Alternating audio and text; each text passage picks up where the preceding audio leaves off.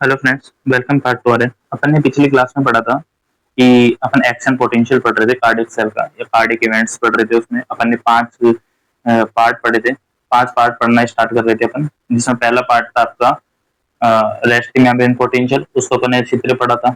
उसके बाद अपन ने डीपोलराइजेशन को पढ़ा था। ठीक है, अब तीसरा पार्ट कौन सा होता है? तीसरा पार्ट होता है इनिशियल रिपोलराइजेशन। इनिशियल रिपोलराइजेशन, ठीक है, जिसको अपन ने बोला था फेज 1। क्या बोला था? फेज 1। हुआ क्या था अब तक, एक बार और मैं समझा देता हूं।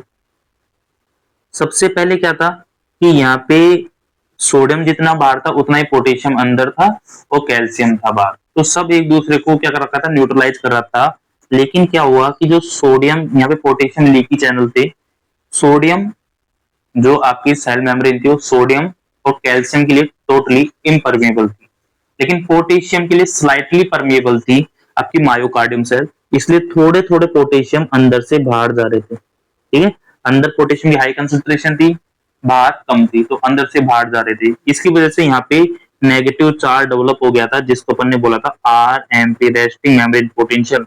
बल्कि सेल जब रेस्ट में था तो उसके अंदर -90 मिली वोल्ट का रेस्टिंग मेम्ब्रेन पोटेंशियल होता है। ठीक है, उसके बाद में जो रेस्टिंग मेम्ब्रेन पोटेंशियल था वो तो था ही। उसके बाद में यहाँ पे सोडियम चैनल थे, सोडियम वोल्टेज चैनल थे। वो क्या करते हैं, जो माइनस सारे सोडियम है वो बाहर से अंदर आ जाते हैं।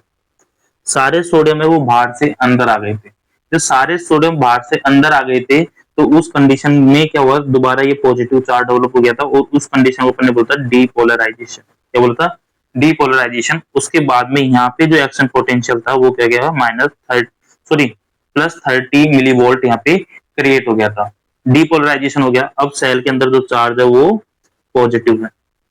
ठीक है, नेक्स्ट है इनिशियल रिपोलराइजेशन। अब अपन ने बात दोबारा वही आ जाती है कि रिपोलराइजेशन मतलब क्या होता है। रिपोलराइजेशन का मतलब क्या होता है?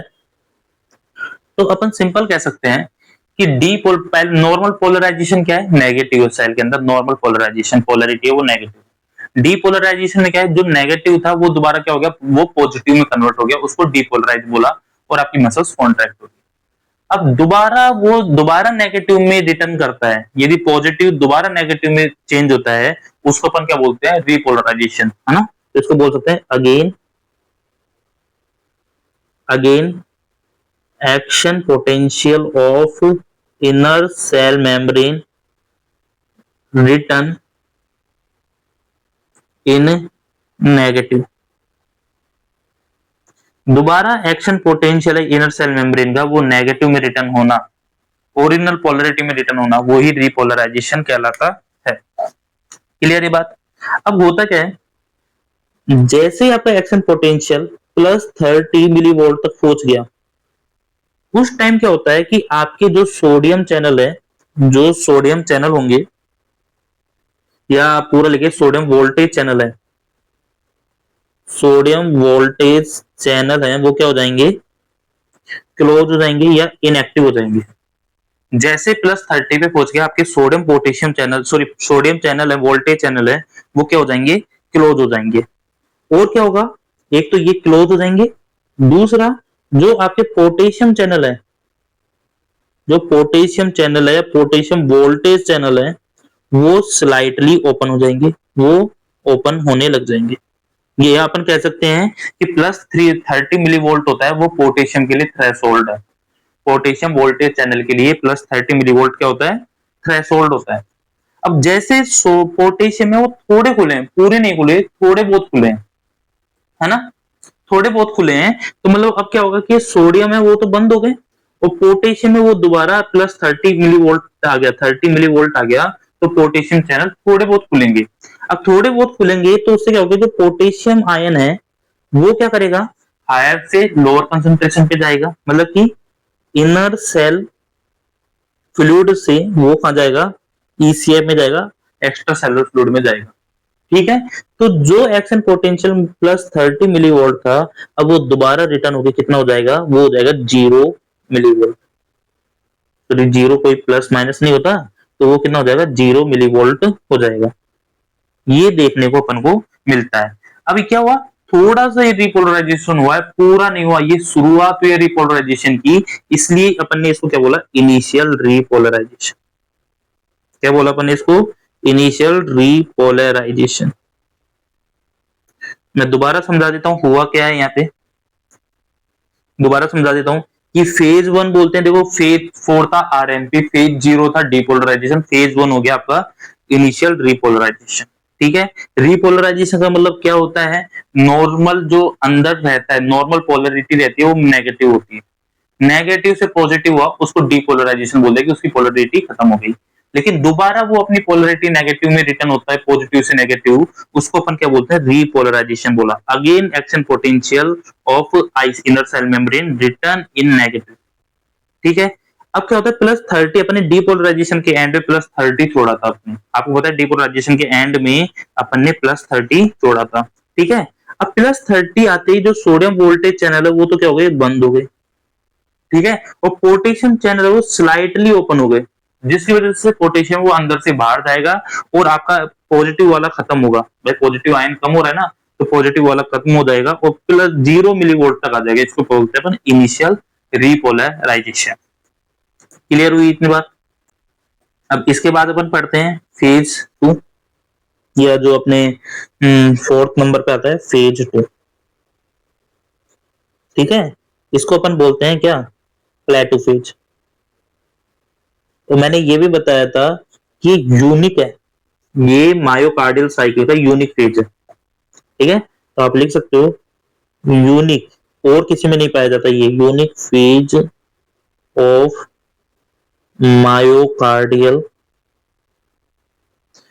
Electrical physiology. मायोकार्डियल की जो मायोकार्डियल इलेक्ट्रिक फिजियोलॉजी है उसका एक यूनिक फेज है। ठीक है, होता क्या है इसमें, समझो इसको। अब क्या होता है, देखो +0 मिलीवोल्ट पे अपन आ गए हैं, प्लस मत बोलो, मैं दोबारा गलती कर रहा हूं, अपन लौट गए, सॉरी 0 मिलीवोल्ट पे अपन लौट चुके हैं। ठीक है, 0 मिलीवोल्ट पे आते ही क्या होता है, आपको पता है पोटेशियम वोल्टेज चैनल ओपन है, पोटेशियम वोल्टेज चैनल है वो अभी ओपन है, यार कोई डाउट नहीं इसमें।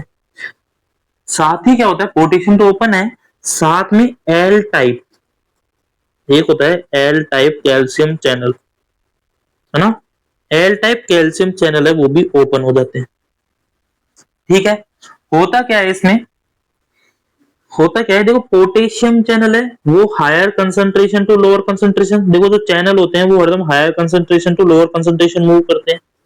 अब पोटेशियम की कंसंट्रेशन आईसीएफ में ज्यादा है, मतलब कि ये तो आईसीएफ से ईसीएफ में जा रहे हैं। ठीक है, जबकि कैल्शियम मैंने बताया सेकंड मोस्ट कॉमन कैटायन होता है ईसीएफ में, तो कैल्शियम है वो ईसीएफ में ज्यादा होता है और आईसीएफ में कम है, तो ये इसकी हायर कंसंट्रेशन ईसीएफ से आईसीएफ में आएगा। क्लियर हुई इतनी बात। तो मैंने ये बताया कि जो पोटेशियम वोल्टेज चैनल होते हैं वो तो आईसीएफ से ईसीएफ जा रहा था और कैल्शियम है वो ईसीएफ से आईसीएफ में जा रहा था, मतलब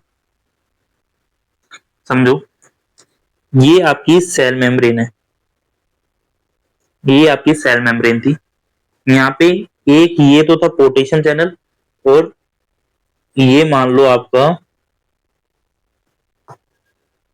कैल्शियम चैनल और इसको मान लो आपका पोटेशियम चैनल। ठीक है, वो कह रहा है यहां से तो क्या हो रहा है भाई, यहां से तो पोटेशियम है वो तो क्या हो रहा है, अंदर से बाहर जा रहा है, पोटेशियम तो अंदर से बाहर जा रहा है, जबकि कैल्शियम है वो बाहर से अंदर आ रहा है।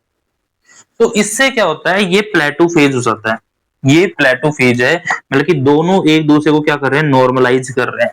ठीक है, जितना बाहर जा रहा है उतना ही अंदर आ रहा है, मतलब कि जो ये 0 था ना वो 0 मेंटेन रहेगा। इसको अपन लिखते हैं कि ये दोनों की पोटेशियम अंदर से बाहर जा रहा है, कैल्शियम बाहर से अंदर आ रहा है।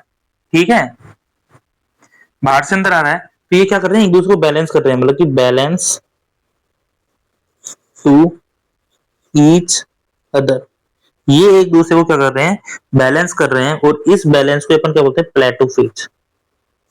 इसी बैलेंस को क्या बोलते हैं, प्लेटो फेज बोलते हैं। ठीक है, कि आपका जो 0 मिली वोल्ट मेंटेन था ना, वो ना तो कम होगा ना वो ज्यादा होगा, इसको ये मेंटेन करके रखते हैं। इसलिए ये प्लेटो फेज होता है, और ये ओनली किस में पाया जाता है आपके, ओनली ये किस में पाया जा रहा है, कार्डिक साइकिल में पाया जाता है। और कोई चाहे न्यूरॉन देख लो, स्मूथ मसल्स देख लो, और किसी में नहीं पाया जाता, और किसी कॉन्ट्रैक्शन मसल कॉन्ट्रैक्शन नहीं पाया जाता, ओनली कार्डिक मसल्स कॉन्ट्रैक्शन में पाया जाता है। अब इसके बाद में जो 5th नंबर पे आता है, जिसको अपन फेज 3 बोलते हैं। ठीक है, फेज 3 क्या होता है आपका, रिपोलराइजेशन। अब अपन पढ़ते हैं रिपोलराइजेशन को। क्या होता है रिपोलराइजेशन, इसको समझते हैं। ठीक है, अब सुनो रिपोलराइजेशन में क्या होता है, इसको समझो। अपन ने पढ़ा कि जो दो तरह के चैनल ओपन थे, ये तो एल टाइप कैल्शियम चैनल थे, एक तो थे एल टाइप कैल्शियम चैनल थे, और दूसरे थे आपके पोटेशियम वोल्टेज चैनल। दूसरे कौन थे, पोटेशियम वोल्टेज चैनल। ये दो चैनल थे, एक तो एल टाइप कैल्शियम चैनल और दूसरा पोटेशियम वोल्टेज चैनल। अब ये दोनों ओपन थे, ये दोनों ओपन थे, तो जो अब क्या होता है, थोड़ी देर बाद जैसे 0 मिली वोल्ट था, थोड़ी देर बाद क्या होता है, जैसे कैल्शियम है वो अपनी कंसंट्रेशन को मेंटेन कर लेता है कि अंदर बाहर दोनों तरफ ज्यादा है, तो कैल्शियम चैनल है वो बंद हो जाते हैं। थोड़ी देर बाद कैल्शियम चैनल बंद हो जाते हैं, सॉरी कैल्शियम चैनल है वो थोड़ी देर बाद क्या हो जाते हैं, क्लोज हो जाते हैं। लेकिन जो पोटेशियम चैनल है वो ओपन रहते हैं और फास्ट हो जाते हैं, वो और भी तेज हो जाते हैं, फास्टर हो जाते हैं। इसकी वजह से क्या होता है, जो पोटेशियम है वो इफ्लेक्स रेट बढ़ जाती है।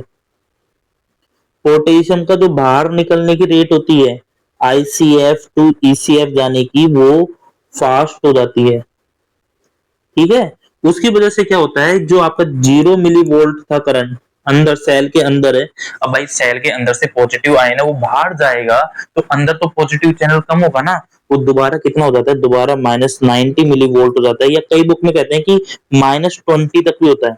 कई बुक कहते हैं कि -20 मिली वोल्ट तक भी होता है, जिसको अपन हाइपर रिपोलराइजेशन बोलते हैं। ठीक है, मेनली ये नर्व सेल में होता है हाइपर रिपोलराइजेशन, लेकिन यहाँ पे रेयर होता है, लेकिन नॉर्मली -90 मिली वोल्ट तक चल जाता है। या तो -90 जाएगा, तो कई सेल में -20 भी चल जाता है, तो -20 में जाता है ना, इसको अपन बोलते हैं रिपोलराइजेशन।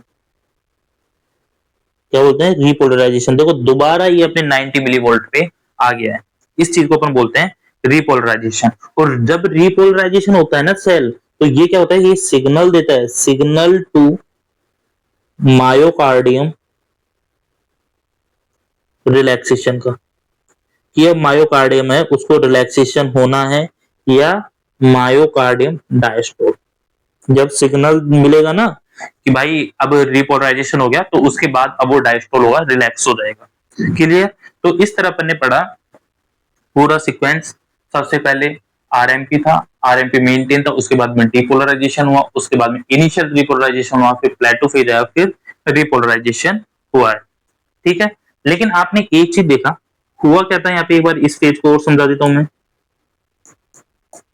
ये आपकी सेल मेम्ब्रेन थी, इसके अंदर ये आपका पोटेशियम चैनल था, और ये आपका सोडियम चैनल था। जो हुआ क्या फिर, जो कैल्शियम चैनल था, कैल्शियम जो अंदर आ रहा था, वो तो क्या हो गया, बंद हो गया, और जो पोटेशियम बाहर जा रहा था, उसकी रेट और भी ज्यादा बढ़ गई। तो पहले जो यहाँ पे -0 मिली वोल्ट था, अब पॉजिटिव चार्ज अंदर से बाहर गया, तो अंदर नेगेटिव चार्ज डेवलप हो जाएगा, तो नेगेटिव -90 मिली वोल्ट दोबारा आ जाता है। मतलब इसको बोलते हैं दोबारा अपनी पोलरिटी आ जाती है, रिपोलराइजेशन बोलते हैं। रिपोलराइजेशन क्या बताता है कि अब सेल है वो दोबारा रिलैक्स होगी या डायस्टोल हो जाएगा, उसका सिग्नल देता है। क्लियर, बट आपने ओवरऑल देखा शुरू से कि जो बाहर का सोडियम था वो तो अंदर बढ़ गया, और अंदर का पोटेशियम था वो बाहर चले गया। ये आपने ओवरऑल पूरे साइकिल में देखोगे, तो अंदर का पोटेशियम बाहर चले गया, बाहर का सोडियम था वो अंदर आ चुका है। मतलब कि आईसीएफ में अपन देखेंगे वो सोडियम का कंसंट्रेशन ज्यादा है, लेकिन ईसीएफ में देखेंगे तो पोटेशियम का कंसंट्रेशन बढ़ गया है। ठीक है, उल्टा हो गया। जनरली क्या होता है कि बाहर सोडियम ज्यादा होता है, अंदर सोडियम कम होता है, लेकिन अब पूरा साइकिल के बाद में अंदर सोडियम ज्यादा है, बाहर पोटेशियम कम है।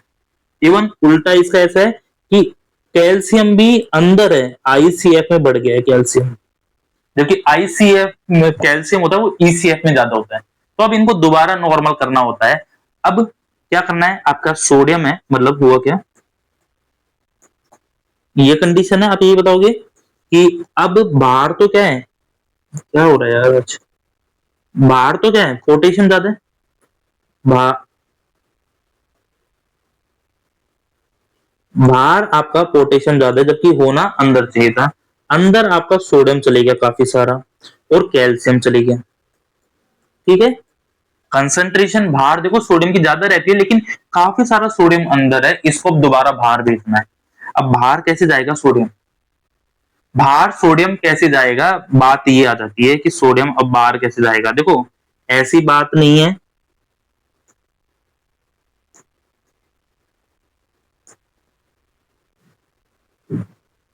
ऐसी बात बिल्कुल नहीं है कि भाई सोडियम बाहर कम है, लेकिन काफी सारा सोडियम अंदर आ चुका है, काफी सारा सोडियम अंदर आ चुका है, काफी सारा पोटेशियम बाहर जा चुका है, इनको दोबारा अपनी पोजीशंस में आना होता है। ये जर्नल सी बात है कि बाहर सोडियम ज्यादा है, ये आईसीएफ में अब भी सोडियम ज्यादा है, लेकिन जो अंदर सोडियम आ चुका है, सॉरी ये ईसीएफ है और ये आईसीएफ है, जो अंदर सोडियम आ जाता है उसको बाहर भेजना होता है। तो कैसे भेजेंगे, अब आपको इनकी इलेक्ट्रिकल जो इलेक्ट्रोलाइट कंसंट्रेशन है, ग्रेडियंट है, उसके अपोजिट भेजना होगा। तो इसके लिए काम आते हैं आपके सोडियम पोटेशियम पंप। ये सोडियम पोटेशियम पंप क्या करेगा, दो पोटेशियम को तो अंदर लाएगा, दो पोटेशियम को तो अंदर लाएगा और तीन सोडियम को ये बाहर लेके जाएगा। और इसके लिए जरूरत किसकी होती है, एटीपी की। तो एटीपी का यूज करके अपोजिट इलेक्ट्रोलाइट ग्रेडियंट ये मूवमेंट करते हैं, दो पोटेशियम को तो अंदर और तीन सोडियम को बाहर, और दोबारा ये जो अंदर का सोडियम जो आ गया था एक्स्ट्रा उसको बाहर भेजेंगे, और बाहर जो पोटेशियम चले गया था उसको दोबारा अंदर लाएंगे। ठीक है, ये क्या करें, अपोजिट इलेक्ट्रोलाइट ग्रेडियंट क्या है ना, कि बाहर सोडियम ज्यादा होता है, लेकिन जो अंदर इकट्ठा हो चुका है उसको बाहर भी तो भेजना है। ठीक है, नहीं अंदर बढ़ता ही जाएगा, बढ़ता ही जाएगा, बढ़ता ही जाएगा।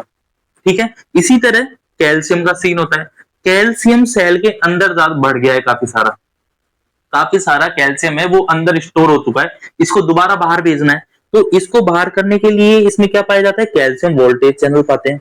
सॉरी अपन ने जो पढ़ा था पीएमसीए, ठीक है, क्या पढ़ा था, पीएमसीए।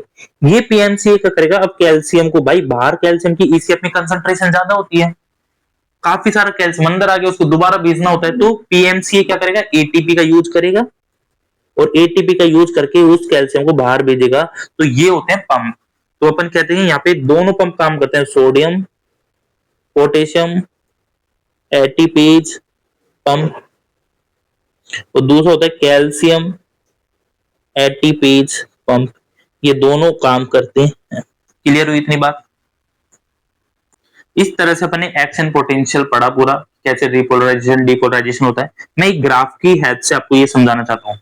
ठीक है, एक ग्राफ बनाते हैं, उसमें अपन इसको समझेंगे। ठीक है, एक मिनट। ठीक है, ये अपन एक ग्राफ बनाया। ठीक है, यहाँ पे आप मान लो, यार क्या हो रहा है, ये अपन एक ग्राफ बनाया, इसमें ये मान लो कि यहाँ पे आपका दूसरी मार्किंग से दिखा देते हैं, 0 मिली वोल्ट है। ठीक है, यहाँ पे आपका -90 मिली वोल्ट है, माइनस। ठीक है, यहाँ पे -70 मिली वोल्ट है, -70 है, नहीं आया तो एक बार और लिख देता हूँ मैं, -70 मिली वोल्ट है। ठीक है, यहाँ पे +30 मिली वोल्ट है। क्लियर, इसको अपन थोड़ा पास पास बना देते हैं क्योंकि इतना अंतर नहीं है।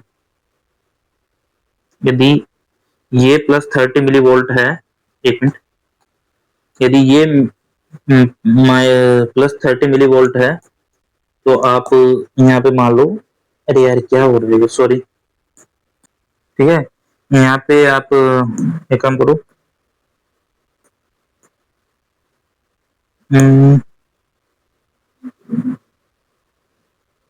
0 मिली वोल्ट मान लो। ओके, अब समझना आप। सबसे पहले हुआ क्या था, आपको मैं एक बार रफ दोबारा समझा देता हूँ क्या हुआ था पूरी कहानी। सबसे पहले आपकी सेल मेम्ब्रेन थी ये, इसमें -90 मिली वोल्ट का आरएमपी मेंटेन था। फिर सोडियम वोल्टेज चैनल ओपन हुए और ये आ गया, सॉरी -70 मिली वोल्ट आया। ऐसे नोड ने आपको दोबारा थ्रेशोल्ड दिया, इसको ऐसे नोड ने दोबारा दिया था ना कि कैल्शियम और सोडियम को रिलीज करा था अंदर, तो -70 आ गया।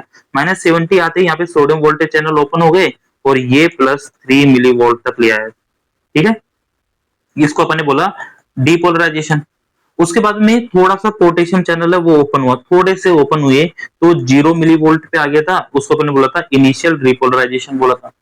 ठीक है, इनिशियल रिपोलराइजेशन के बाद में यहाँ पे पोटेशियम चैनल भी ओपन हो गए और पोटेशियम चैनल ओपन होने के बाद में वहां पे क्या आ गया, प्लेटो फेज आ गया।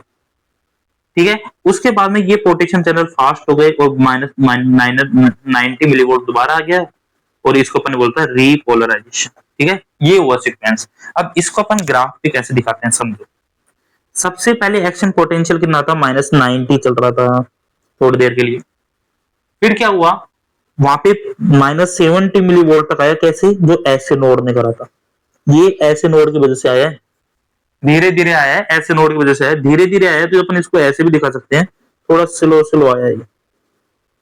ठीक है, इस एक्सिस पे अपन टाइम दिखा रहे हैं, ये टाइम दिखा रहे हैं। आप समझ जाओ कि इस एक्सिस पे अपन टाइम दिखा रहे हैं, ड्यूरेशन दिखा रहे हैं, और इस एक्सिस पे अपन दिखा रहे हैं आपका वोल्टेज। ठीक है, या एक्शन पोटेंशियल बोल दो आप इसको। अब -70 मिली वोल्ट पे आते ही आपको पता है क्या हुआ था, सोडियम वोल्टेज चैनल ओपन हो गए और जल्दी से आपका करंट कहां पहुंच गया, +30 मिली वोल्ट पे पहुंच गया उसी टाइम पे, क्योंकि ये क्या हो गया, +30 मिली वोल्ट आते ही सोडियम वोल्टेज चैनल ओपन हो गए। जब सोडियम वोल्टेज चैनल ओपन हो गए, ये जा रहा है जा रहा है जा रहा है, अब +30 तक पहुंचते ही सोडियम वोल्टेज चैनल है वो क्या हो जाते हैं, क्लोज हो जाते हैं, और थोड़े से पोटेशियम चैनल है वो अलाउ हो जाते हैं। ठीक है, ये अपने पढ़ा था, और वो इसको बोला था इनिशियल रिपोलराइजेशन। आपका जो फेज है वो थोड़ा सा गिरता है ना भाई। अब जो इनिशियल रिपोलराइजेशन हो रहा है, अब आपके अंदर की वोल्टेज है वो कम होगी, क्योंकि पोटेशियम चैनल है वो स्लाइटली ओपन हो गए हैं। दोबारा ये क्या आता है, +30 से +0 तक लौट आता है, इसको बोलते हैं इनिशियल रिपोलराइजेशन। क्लियर। उसके बाद में दोबारा कैल्शियम चैनल भी ओपन हो जाते हैं और आपका सोडियम चैनल भी ओपन हो, सॉरी पोटेशियम चैनल भी ओपन है। पोटेशियम बाहर जा रहा है, कैल्शियम अंदर आ रहा है, एक दूसरे को मेंटेन कर रहे हैं, उसको अपन ने बोला प्लेटो फेज। ये प्लेटो फेज हो गया। प्लेटो फेज के बाद में क्या होता है, आपका पोटेशियम चैनल ओपन हो जाता है, वो तुरंत नीचे आता है, पूरा पूरा इलेक्ट्रिकल कंडीशन दोबारा नीचे आ जाता है, मतलब कि रिपोलराइजेशन होता है, -90 पे हो जाता है और पोटेशियम चैनल ओपन हो गया, ये जल्दी से नीचे आ जाएगा -90 मिली वोल्ट पे, और दोबारा ये आरएमपी हो गया। ठीक है, तो ये पूरा अपन ने साइकिल समझाया। यहाँ पे पहला फेज है ये आरएमपी, दूसरा ये बोलेंगे, तीसरा ये डिपोलराइजेशन, अपन 4 फेज बोले, 5, ये 5 हो जाएगा, सॉरी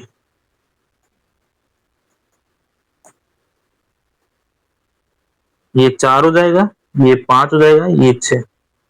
ठीक है, सारे इवेंट अपन बताएं कि अपन ने पहले में क्या हुआ था, पहला आरएमपी था। ठीक है, दूसरा क्या था, ये कोई फेज नहीं है लेकिन इसको बोल सकते हैं अपन थ्रेशोल्ड अचीव करा था। Threshold -90 millivolt to -70 millivolt to open sodium voltage channel. Clear. ठीक है, उसके बाद थर्ड पे क्या होता है, थर्ड अपन ने बोलता है डीपोलराइजेशन। डीपोलराइजेशन यहाँ पे क्या होता है, -70 मिली वोल्ट से दोबारा कितने पे रिटर्न हो जाता है, +30 मिली वोल्ट पे होता है। होता किसकी वजह से, सोडियम वोल्टेज चैनल इस पे इंपॉर्टेंट होते हैं। ठीक है, 4 पे क्या हुआ, इनिशियल रिपोलराइजेशन। इनिशियल रिपोलराइजेशन, इसमें क्या हुआ, +30 मिली वोल्ट दोबारा रिटर्न होता है 0 मिली वोल्ट पे। क्यों होता है, क्यों होता है ये, आपके स्लाइटली पोटेशियम चैनल ओपन होते हैं, स्लाइटली पोटेशियम वोल्टेज चैनल यहाँ पे ओपन होते हैं। उसके बाद में क्या होता है, प्लेटो फेज आता है। और प्लेटो फेज क्यों आता है आपका, क्योंकि यहाँ पे calcium L type calcium channel and potassium channel है, वो क्या करते हैं, बैलेंस करते हैं each other, balance to each other, वो एक दूसरे को बैलेंस करते हैं। और 6 आता है रिपोलराइजेशन। कई जगह हाइपर रिपोलराइजेशन भी होता है। और ये रिपोलराइजेशन ये क्यों होता है कि यहाँ पे अब 0 मिली वोल्ट था, जो 0 मिली वोल्ट था उससे वो रिटर्न कितने पे कर रहा है, -90 मिली वोल्ट पे। और ये क्यों हो रहा है, पोटेशियम की वजह से, पोटेशियम वोल्टेज चैनल की वजह से। ठीक है, तो ये भी याद रखना आप, इंपॉर्टेंट पॉइंट है कि जो डीपोलराइजेशन, ये क्वेश्चन आता है कई बार, डीपोलराइजेशन तो किसकी वजह से होता है, डीपोलराइजेशन तो होता है सोडियम वोल्टेज चैनल की वजह से।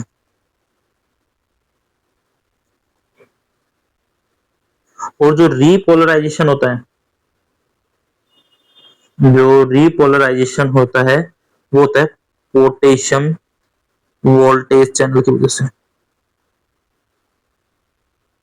क्लियर है, ये इंपॉर्टेंट पॉइंट है। आज के लिए इतना ही, थैंक यू। आपको पूरा इलेक्ट्रिकल फिजियोलॉजी होती है, कैसे रिपोलराइजेशन होता है, कैसे डिपोलराइजेशन है, वन पॉइंट इसका समझा था, बिल्कुल समझा दिया है। अब और सिंपल वर्डों में हो सकता है मैं आपको अच्छी तरह नहीं समझा पाया हूं, लेकिन आपको पूरी बात बता चुका हूं। अभी इसको आप 1-2 बार देखोगे, आपको अच्छी तरह समझ में आ जाएगा, आपको कहीं पढ़ने की जरूरत नहीं है। मैं कह रहा हूँ किसी भी कोचिंग में आपको इतना नहीं पढ़ाया जाएगा, डिटेल में पढ़ो, बेस क्लियर करो। कोचिंगों में डायरेक्ट आके बता देते हैं ये होता है, ये होता है, ये होता है, ये होता है। ठीक है, जो बच्चे के बेस क्लियर होते हैं वो समझ जाता है, जिसके नहीं होते वो नहीं समझ पाता। ओके, आज के लिए इतना ही, थैंक यू।